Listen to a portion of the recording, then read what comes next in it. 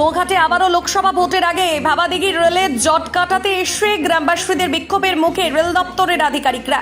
এই ঘটনা এলাকায় ব্যাপক চাঞ্চল্য ছড়ায়। ঘটনাটি ঘটেছে আজ বৃহস্পতিবার হুগলির গোঘাটের ভাবাদিঘি এলাকায়। এদিন রেল দপ্তরের আধিকারিকরা এলাকা পরিদর্শন করতে এলে গ্রামবাসীদের ক্ষোভের মুখে পড়ে আধিকারিকরা। গ্রামবাসীরা জানায় তাদেরকে বিভিন্ন প্রতিশ্রুতি দিলেও তা এখনও সেই কাজ করা হয়নি। তাই দিঘি বাঁচিয়ে রেলপথ হোক, পুকুর থেকে পুকুরের পারও ছাড়বো না। এ বিষয়ে কি জানাচ্ছেন বিস্তারিত শুনুন। দখল করব, যদি এদিকে করি তাহলে পুকুরটাকে দখল হবে না। ন্যাচারালি যখন আমরা নেক্সট প্ল্যানিং করব তো এদিকেই করব।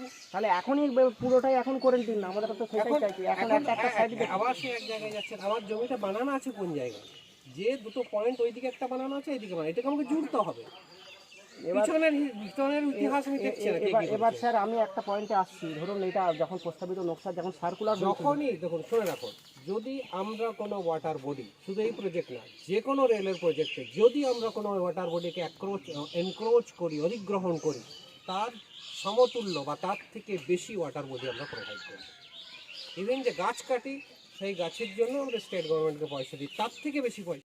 ওরা যে ভুল কাজটা করে গেছেন, বেআইনিভাবে যে দিঘি দিয়ে নকশা করেছিল, সে বেআইনি কাজে স্বীকার করছে না। ওরা বারবার বলতে চাইছে দিঘি দেবো, দিঘির পুকুর কেটে দেবো, দিঘির বদলে দিঘি দেবো, এই বেআইনি কাজই কোথায় বলে যাচ্ছে। ওরা যে গুগল ম্যাপ ছিল দিঘি থেকে 900 মিটার উত্তরে, সেই নকশা দিয়ে গেলেই তো সমস্যার সমাধান হয়ে যায়। তার জন্য আমরা কোর্টে মামলা করেছি।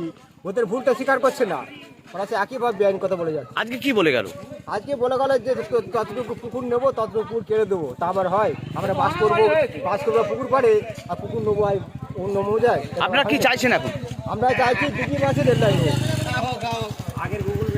আগের যে গুগল নকশা আছে তাতে করে দিঘি থেকে 900 মিটার দূরে সেই ম্যাপে নকশা যাক, ফাঁকা মাঠে আমরা স্বাগত জানাবো। এই বেআইনি কাজ করতে আমরা দেবো না। আপনার নাম? দিঘি হচ্ছে আমাদের জন্মভূমি, মায়ের মতো, এটাকে রক্ষা করার আমাদের দায়বদ্ধতা আছে। আপনার নাম? আমার নাম দিলীপ পল্লী। এই বাসিন্দা এখানে? আমি এখানে স্থায়ী বাসিন্দা। রেল দপ্তরের লোক।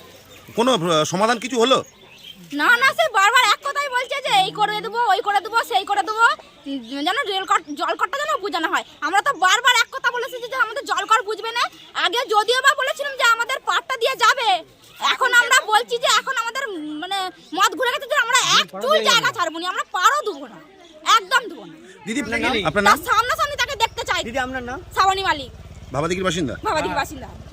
আরামবাগ মতিলাল টেলিশপ ও স্যামসাং সার্ভিস সেন্টার, অনলাইন বা যে কোনো দোকানের থেকে সস্তা। আপনাদের সকলের প্রিয় মতিলাল মোবাইল, তাই আজই আসুন। পুরানো মোবাইল সারানোর চেয়ে বেশি দামে এক্সচেঞ্জ, 0% ইন্টারেস্টে, 0 ডাউন পেমেন্ট, 0 কস্টে মোবাইল ফাইন্যান্সের সুবিধা।